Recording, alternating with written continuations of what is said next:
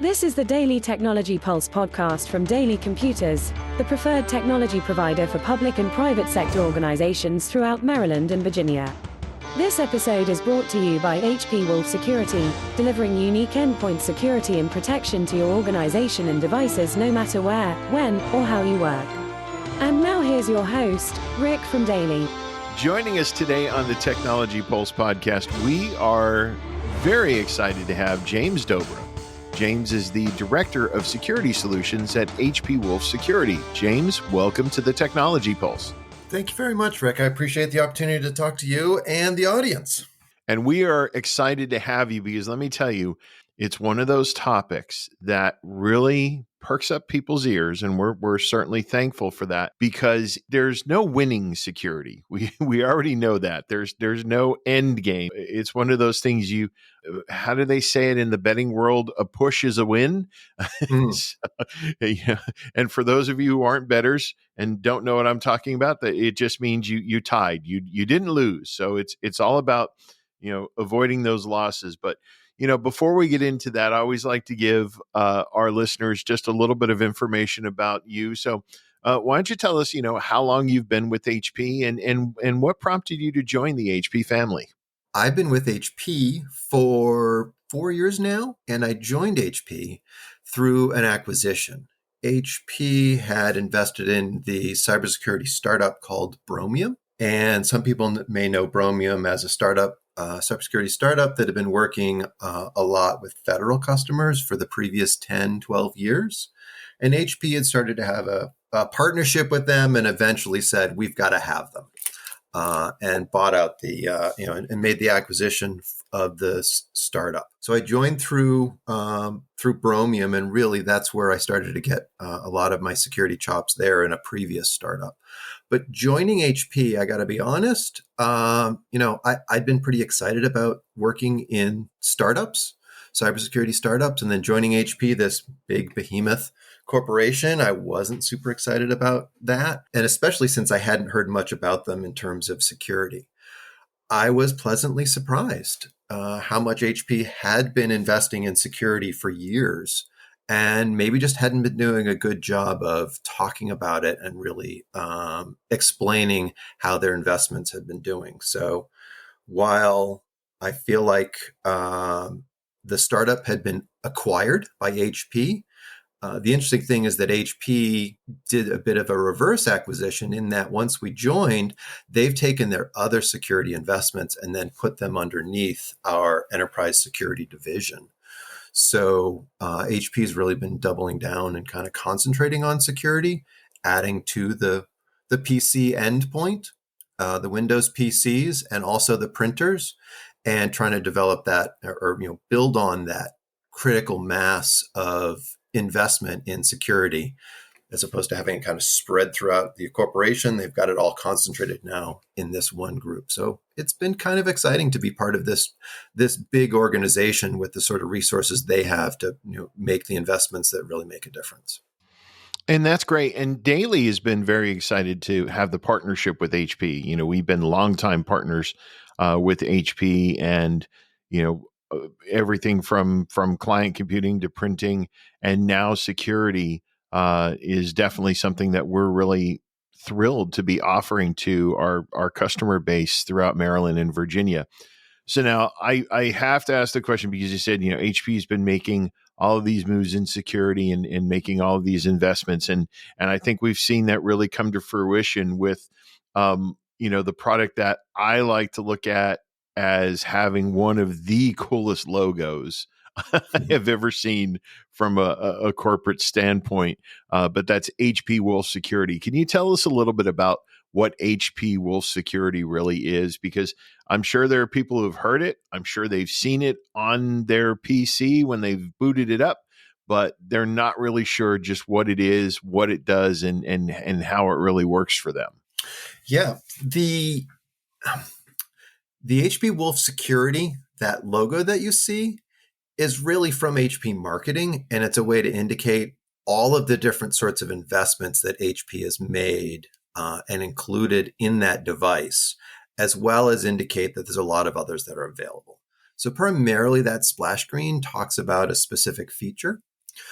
called Sure Start. The HP Wolf security as a logo is really a brand platform. It's both everything and nothing in terms of products because it is all of the different security investments as opposed to a single product. So we're talking about all the different things that HP has invested in on the Windows platforms and also the printer platform. Because if you think about it, what is a printer nowadays? It's a computer that's on your network. It just doesn't have a standard keyboard and monitor, but it's still a full-fledged computer, and attackers know that it's on your network. So we at HP have strived to have some of the most secure printers as well as PCs on the planet. And so that HP Wolf Security logo represents the entire investment and focus on security. It's not an individual product. There are products, specifically there's one called HP Wolf Pro Security. Just by adding the word pro, it turns into a product. So Wolf Pro Security is a product that's available bundled on the PCs as well as standalone software. So that logo, it's the brand platform talking about all the different security features and products that are available from HP. And so when you're talking about HP Wolf Pro Security, you said that's a product. What does HP Wolf Pro Security do? Is it an advanced level security or is it an always on type of thing? The best way for me to answer that is to do it by analogy first, because it's a different sort of security technology. And I know that you and all your listeners are going, ugh, we've heard that before. It's focused on protection or prevention, if you will, as opposed to detection. When we talk about antivirus software, when we talk about EDR, your endpoint detection and response software, those are things using brand names like CrowdStrike and Cylance. Your antivirus is going to be things that people are familiar with in terms of McAfee or Trellix, or even on the home PCs, the Nortons. For work, for the business level, it's going to be a Sophos or a SentinelOne. All those products, they're important. They focus on detecting malware, detecting viruses, detecting ransomware, detecting bad actors trying to do things that they shouldn't be doing on your Windows device. But they're trying to detect it. The analogy I use is if you think of an office building, your PC as an office building, the security guard at the front desk who checks in, checks the badges of employees is kind of like your antivirus. Where I'm going to let all the employees in. I'm going to check their badges if I'm the security guard.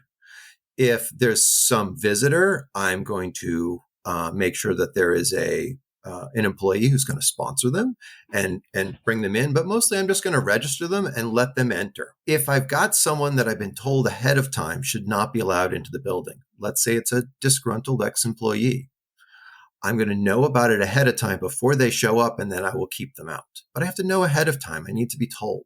In the same way, antivirus software, it needs to be updated, which is why you see those business rules, and periodically your antivirus is automatically updating to try to keep up with the latest versions of all the malware that's out there, so it can detect it. It uses something called a hash, which is really a mathematical signature of the file itself. And every file is going to have its own unique hash. And that's how those security guards at the front desk, the same way they'd be checking a badge or checking someone's name or what they look like, they're going to be checking the hash of these files before they let them in and keep the bad ones out. But it has to be known bad. Now, we do have next generation antivirus, which is behavior-based. And I like to say that's kind of like telling the security guards, don't let anyone who is obviously drunk or high into the building. I think we all believe that if we had to, if we were challenged to get past a handful of different security guards at various front desks and buildings, we could probably sneak past one of them pretty easily. And again, the bad actors only need one win. You talked about that in the beginning. A tie is a win. And there's lots and lots of ways to lose. We could all sneak past some security guard carrying a pizza or wearing an air conditioner repair person's uniform and follow other people in. We are persistent enough. So antivirus, it's great. It's an important layer. It's usually the first layer of defense that folks are using. And then after that, we see that organizations have said that isn't good enough. So they might add security cameras inside their office building. And that's kind of like your EDR, your endpoint detection and response software. And you're trying to catch the bad guys already in the act. Those bad actors who might already be on your PC infected or across all of your fleet of PCs. You're looking for evidence that someone is stealing data or someone is walking out the back door of your office building with something they shouldn't. But the assumption is they're already there. Wolf Pro Security, and I was kind of building up to this in an analogy. The Wolf Pro Security, it's a different sort of software. It's not the security guard at the front desk trying to detect. It's not the security cameras inside the building trying to detect. It's kind of like one of those glassed-in conference rooms that's outside security. Rick, you ever gone to a building and you're not actually allowed in? You have to sit in one of those conference rooms where the employees will come out to you to meet? Oh, yeah. Yeah. The fishbowl. There's nothing in there. I mean, if you were there for some sort of nefarious intent, would there be any company secrets for you to steal? Oh, no, absolutely not. It's glass walls. Like you said, you're really just sitting in there waiting to be retrieved. Exactly. Whereas if you were inside the building, if that same meeting was taken inside the building, when you went to the restroom, you could be passing by any number of unlocked PCs or shoulder surfing for employees, or even just grabbing paper files. So, but if you're outside in that conference room, there's nothing to steal. Wolf Pro Security does that same sort of thing on your Windows PC. It will, for the types of attacks that the vast majority of attackers start with, we're going to actually protect them we're going to isolate them in this equivalent of a glassed-in conference room outside. And so is that done through, how exactly does that work? Is it done through, and I've used it obviously where, I'll get an email and I will open that email and then it opens a separate browser where it's not my normal web browser. Exactly. And is that running it sort of like a virtual machine at that point? It is, exactly. We call it a micro virtual machine. I don't like to dive into a lot of the technology because we can get distracted on that. The point is it's a micro virtual machine on your PC and not in the cloud. So you don't have the latency of the cloud. We use the word micro because it's a super small, super fast, super secure virtual machine.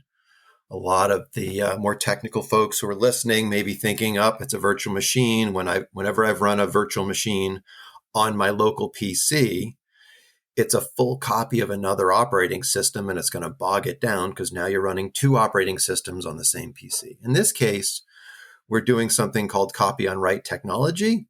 The super techie folks are going to be nodding. Everyone else, it doesn't really matter. Just focus on that super fast, super small, super secure aspect of these micro virtual machines. So in the same way that we had that conference room just outside security, but still in the building, physically in the building, we've got this micro virtual machine that's outside of your regular Windows environment, but is physically on your device. So you're using the resources, the computing resources that you already own, and you're not paying for cloud resources to do some sort of remote browsing. And that's fantastic. And so I imagine that handles different types of threats. Like, one of the things one of the terms you always hear is 0 day, a 0 day threat. Is that where this micro virtual machine comes in and can help, can help alleviate that headache? Because, that's really what people are looking for these days. They're looking for, like you said, it's not about detecting, because it's great to detect, but just because you've detected it doesn't mean that you've stopped it. I'll say that detecting it is often the step to then stopping it, but you have to know what you're looking for. And the 0 day, the scary part of 0 day is that you don't know that you need to detect it. How do you know what your detection rules are if you've never seen it before? And that's the scary part of 0 days. And I hate to use the word scary because I know that whenever folks try to sell security, we always use fear, uncertainty, and doubt and try to scare people into buying security software because, oh no, this is the worst thing in the world and you're totally going to get hacked. These other tools I've talked about, they're great. They are important. But at the end of the day, 0 days means that they are types of attacks that have not been seen before. And if they haven't been seen before, then the existing tools don't know to detect them. Now, eventually, there's enough customers, there's enough organizations, enough victims who get hit by this new 0 day that people realize that these PCs have been compromised or these networks have been compromised. And then the security teams from these vendors go in and try to find out what has happened and then build detection rules to stop it. So when we talk about 0 days, this is really things that haven't been seen before. So if you haven't ever seen it before, how do these tools detect it? Well, the answer is each of those companies generally have to have one or more victims before they can build those detection-based rules and then send them out to their organizations. I have one of the largest customers that HP has for our Wolf Pro security software. I actually support them, so I have both a evangelizing role here at HP in terms of talking about Wolf Pro security, but I also support several real customers. And one of our largest customers, when they were first trying out this software, they had their CISO, their Chief Information Security Officer, was interested in this enough and really wanted to understand how it worked on his endpoint. So his team was running it in their environment and in a bunch of lab PCs, and then they put it on their PCs as well. And then the CISO said, "I want to run it on mine."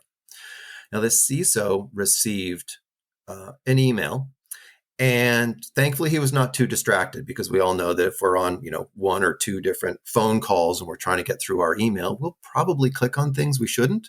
And even CISOs do that, where they click things they shouldn't. So, anyone can get compromised. Well, he happened to be paying attention. So he saw it and he said, this looks a little bit odd. It has my name on it in the email. It looks well written, but something looks, odd.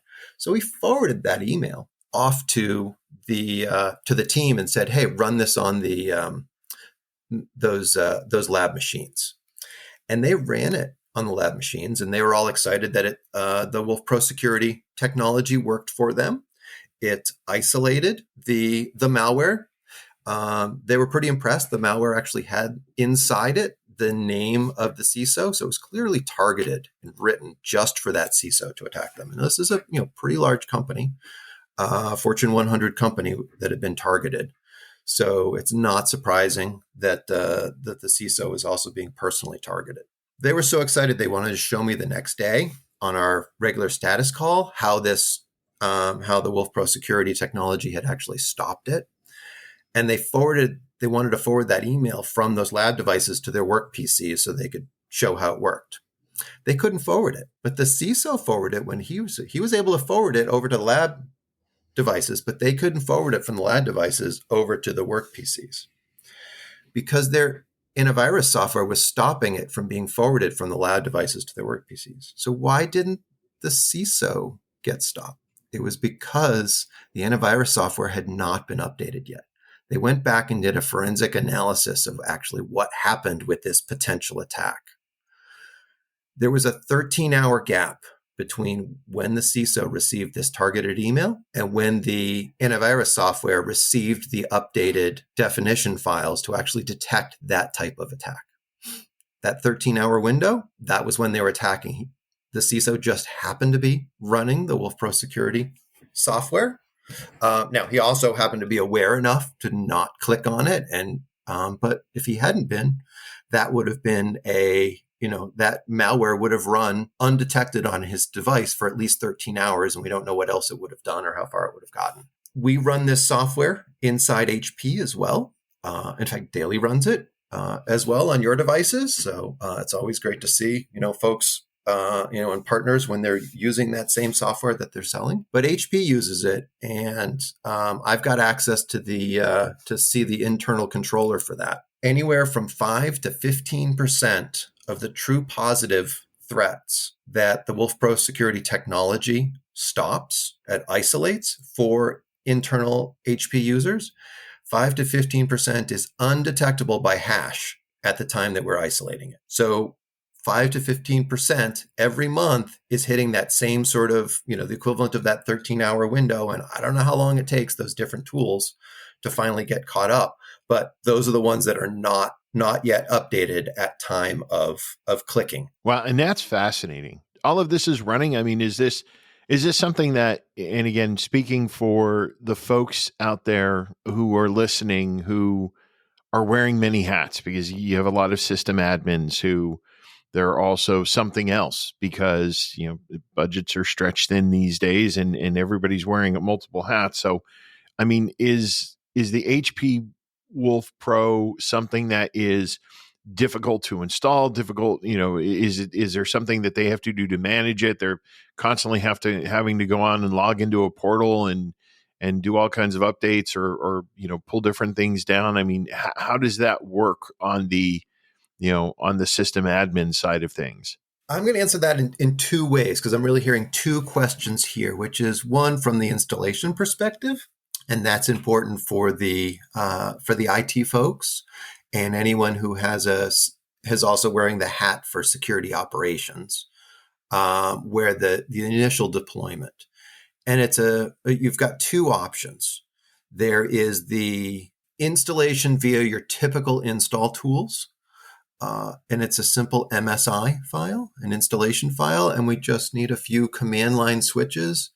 For those technical folks, this is going to be, easy peasy stuff. And for the longer term sort of maintenance, we see that most organizations spend a little bit of time tuning it up front, just understanding what sort of, how this is working with the other tools. And just like you would always have that security guard and potentially security cameras, as well as that glassed-in conference room, you wouldn't get rid of the other two just if you had those outside conference rooms. You're going to add a Wolf Pro Security to your existing suite. So you're going to manage that. And one of the things that we find in terms of managing it is that it actually reduces the number of false alarms, and it reduces a bit on the alert fatigue that we see on the security side for trying to respond to all the different threats that are coming in. Because if you found out that someone had come into your office building and potentially had stolen something, one of those visitors had grabbed something off a desk and run out the back door, you might have to do a full lockdown and figure out what else was stolen. Did they, have they been in there before? But if you knew that person had only been in that glassed-in conference room and they stole a few of the extra pamphlets or some, the tchotchkes, or let's say a picture off the wall, something that's relatively meaningless in terms of your company's organization, there's not a lot you have to do to remediate that sort of attack.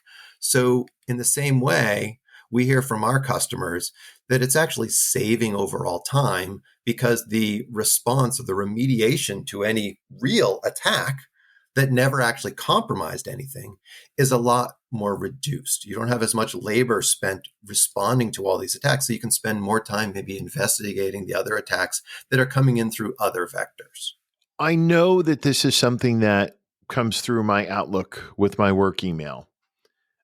Every time I click a link, it goes immediately to that, to the HP Wolf Pro. We called it the micro virtualized machine. Mm-hmm. Now I know there are a lot of people that I'm someone who doesn't mix personal and business.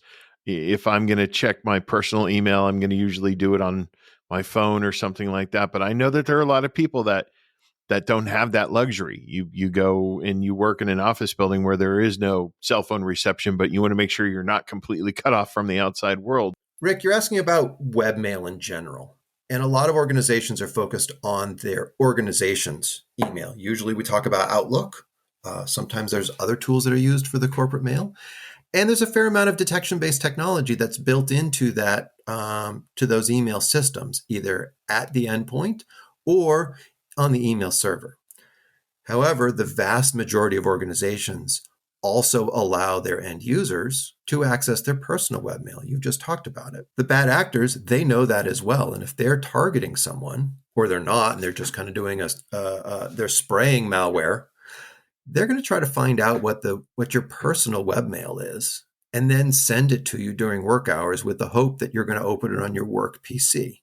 Or, you're going to open it on your work PC, and they weren't specifically targeting you, but now they've got a juicier target. So it's not a home PC. It's now this work PC with all the attendant networks that are available for it to start to move laterally. The HP Wolf Pro Security works on Outlook, but also Gmail, Yahoo, those other tools right out of the box. And there's plenty of other webmail that can be added and configured to it. And we're going to have that same sort of protection, that prevention that we would do with isolation for links and downloads from those same web-based technology. Some of the attacks that we see inside HP, and we do run this software within HP, we see that end users have added non-HP email accounts to their Outlook client. That's another way that attackers can come in, that other mail, and now it's on that work PC because the folks are accessing it there. Most of those detection-based tools are not going to work, and they're not going to look at those personal webmail services or those other personal emails. So yes, we protect those as well. So tell us more about the threat vectors that HP Wolf Pro is focused on. I'd like to answer this by starting with an understanding and kind of talking about cybersecurity awareness training. We talked about detection, and we've talked about stopping threats.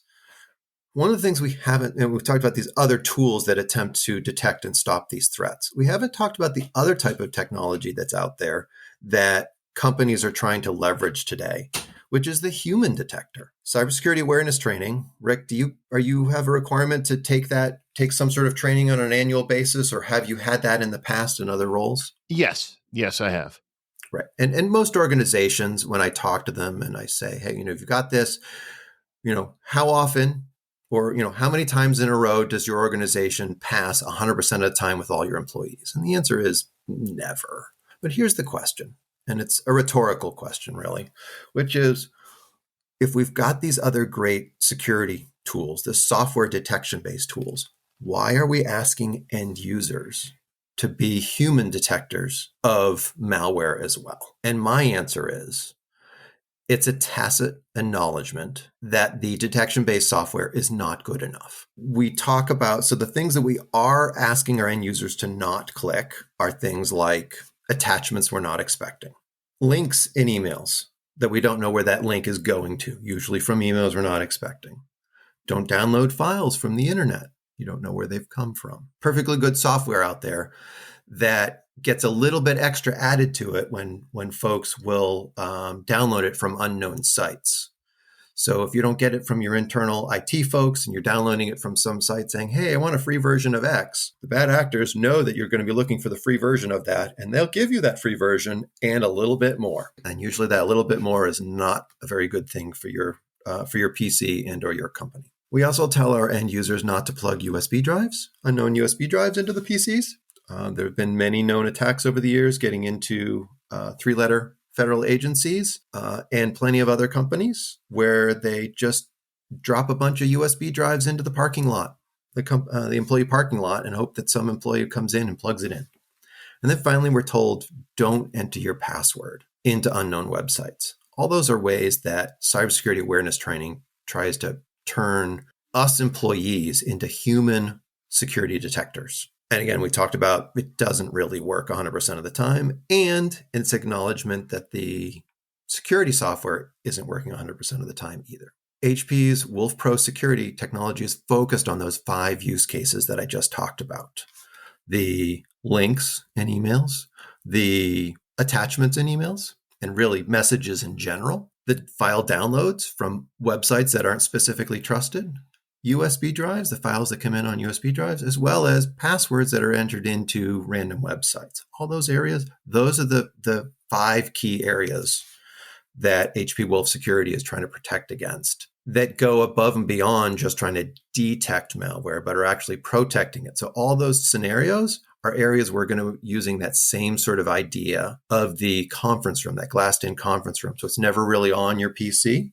And we've got ways to protect that either through the using microvirtualization for documents. So Word, Excel, PowerPoint, PDF documents, which are the most common attack vectors.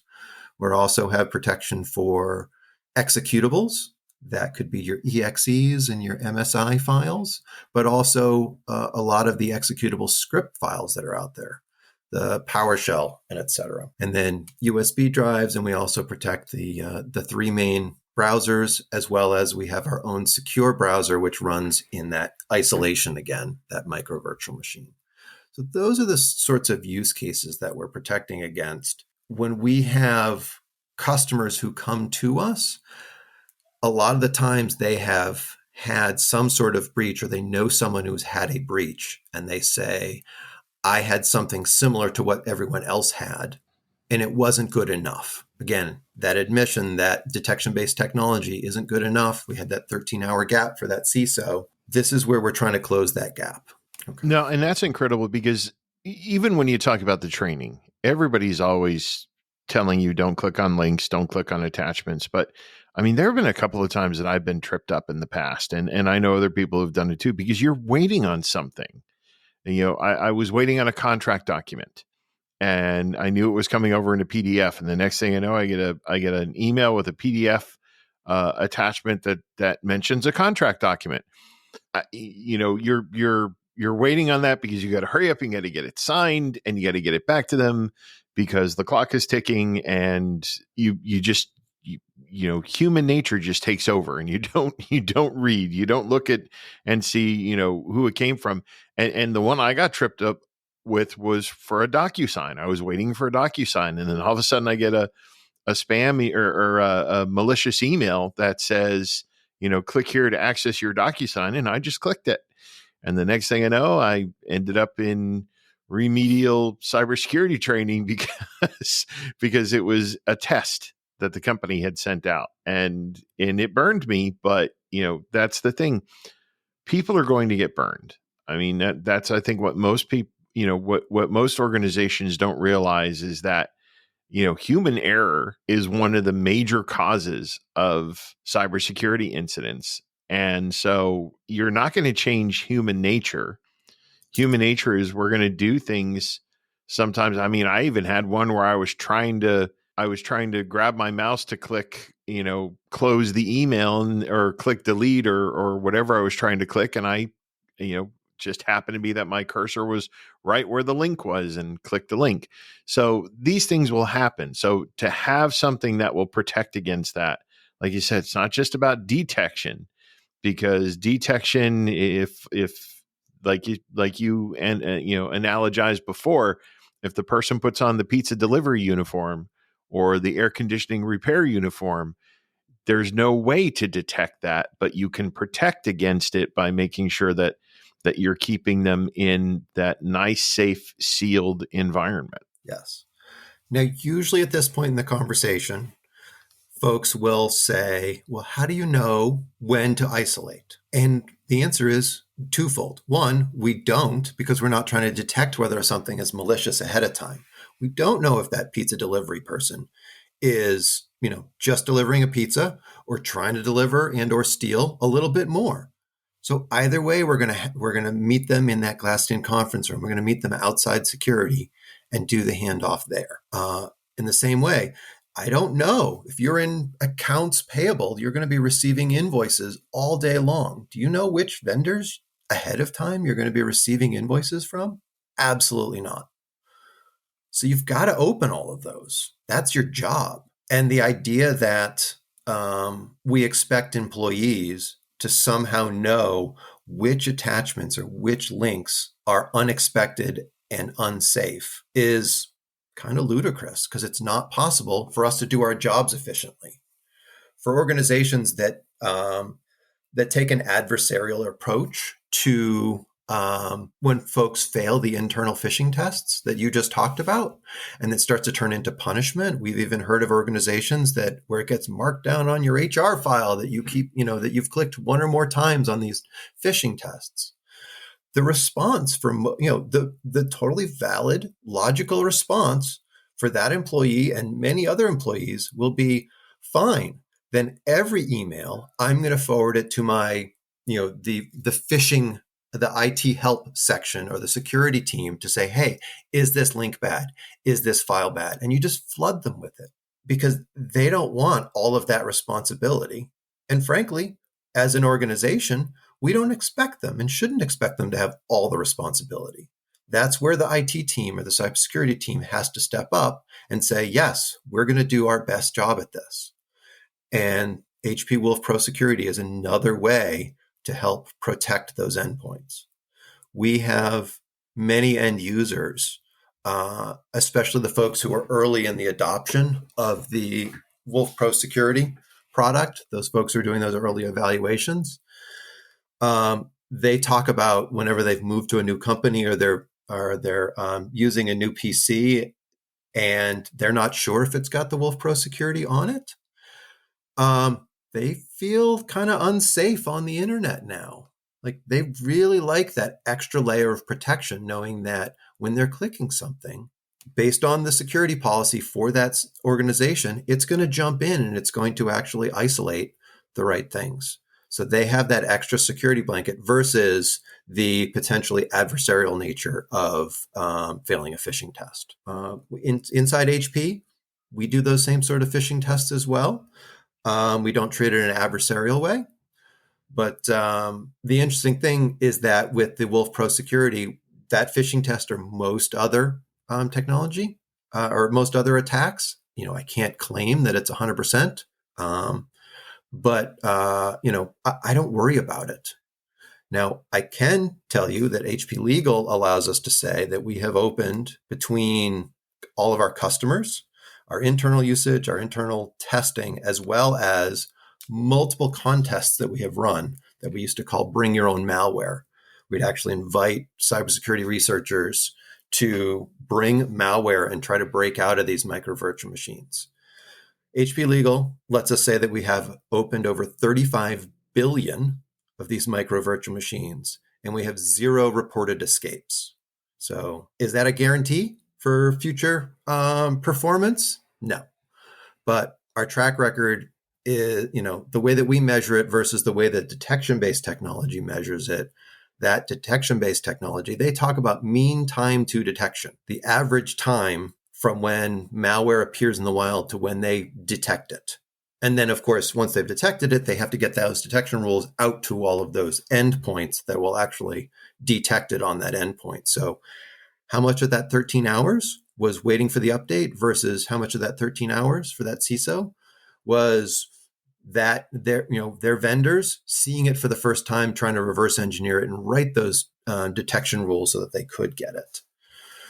That's the mean time to detection right there. And we talk about 0 reported escapes. Rick, and that is amazing because I imagine that, having that measurement, because like you said, how do you measure things if somebody isn't compromised? Well, you have this empirical data that you can then share with folks. Fantastic. And then one final question for you. Is this technology limited to just HP PC devices? No, Rick, it's available in 2 different flavors. One is available only on HP PCs bundled in, so it's really just a way to buy it when you bought the. But because I talked about that cybersecurity startup, when HP purchased Bromium, one of the agreements was that we could continue to sell the software to non-HP devices. HP recognized that this is technology that's important enough. This is standalone software, security software that's important enough that we can't gatekeep to just a single platform. So yes, it'll run on other brands' Windows devices, and you can deploy this across the fleet. Many organizations have a mixed brand fleet. We recognize that. And it all works the same in terms of the same protection profile. There is no inherent advantage for or any handicapping for non-HP devices. There are other features that HP has that are built into the devices. I mentioned early on something called Sure Start, which is really our self-healing BIOS. I think you guys are planning some other session to talk about that in the future with some of those experts. But yeah, Sure Start, that's available for HP devices only. It's a self-healing BIOS. But for the HP Wolf Pro Security, yes, we've got that either bundled into the HP devices, or you can purchase it at like any other security software, license-based, that can be deployed to non-HP and HP devices. Fantastic, because as much we always do love our collaboration with HP, but we also recognize that a lot of times we get customers who come to us after the fact, and again, they have those Windows PCs from a different manufacturer, and so being able to offer them this solution without them having to change their hardware, because it might not be their refresh cycle yet, but they're listening to this and recognizing there's a lot more that they could be doing along with the other solutions that they have. There's a lot more they could be doing to protect and not just detect. That's that's really something that I think will be comforting to them. James, any final thoughts on HP Wolf Security as we wrap up this episode? Yeah, I'd just like to mention, I think I hinted at this a bit, but there is a controller behind this. We've talked about what it looks like a bit and how the protection works from an endpoint, but this is not just an endpoint software. This is for organizations. This is for organizations who have security departments, and they want to be able to manage all of their deployments themselves. So we've got a web-based controller where you're actually going to create the policies that will push this down. It will self-update and manage it. And we've got an option for the organizations that don't have a separate security department, and maybe it's just IT who also has security responsibilities. And we've got a slightly more slimmed down interface, same protection level, but just fewer management options, because usually those organizations have slightly simpler deployments and fleets and just sort of IT environment. And those also can allow a partner like Daly to manage that HP Wolf security environment for them. And there's a lot of options in there, whether you've got Daly or someone else that you want to manage for that environment. The Wolf Pro Security will work, or the standalone, the company, the organization runs it themselves. Both those options are available with that cloud controller. And this is all licensed on a per device basis. That cloud controller, you get it for free with 25 or more licenses. So we're not charging anything more for it. It's really just once you get large enough to need that controller, we're there for you. And that controller will address the needs in terms of managing and responding to the threats, and maybe even feeding those threats into your other reporting systems. Excellent. Thank you so much for explaining that. And James, again, we want to remind everybody that if they want to have more conversations about this, they want to see all of the benefits of HP Wolf Security, that we're more than happy to facilitate that conversation and bring you in and bring your colleagues in and make sure that everybody understands just how this works and how it can benefit their organization. All they need to do is reach out to Daly, and we'll be happy to do that. James, thank you so much. I really do appreciate all the information you shared today. This has been fantastic. And you talked before about we don't want to scare people, and that's really not what we're looking to do. We're not looking to induce panic, but it is, again, a topic that needs to stay top of mind for every organization. There's no organization that doesn't need to take their security seriously. And we're certainly thankful that we have such a tremendous partner in HP Inc. and how you can bring in the HP Wolf security suite or platform to our customers. So thank you again for joining us on the Technology Pulse. Thanks for the opportunity, Rick. I really appreciate it. And that wraps up another insightful episode of the Daily Technology Pulse podcast. We hope you enjoyed this episode. Before we sign off, we want to take a moment to remind you of some important legal considerations.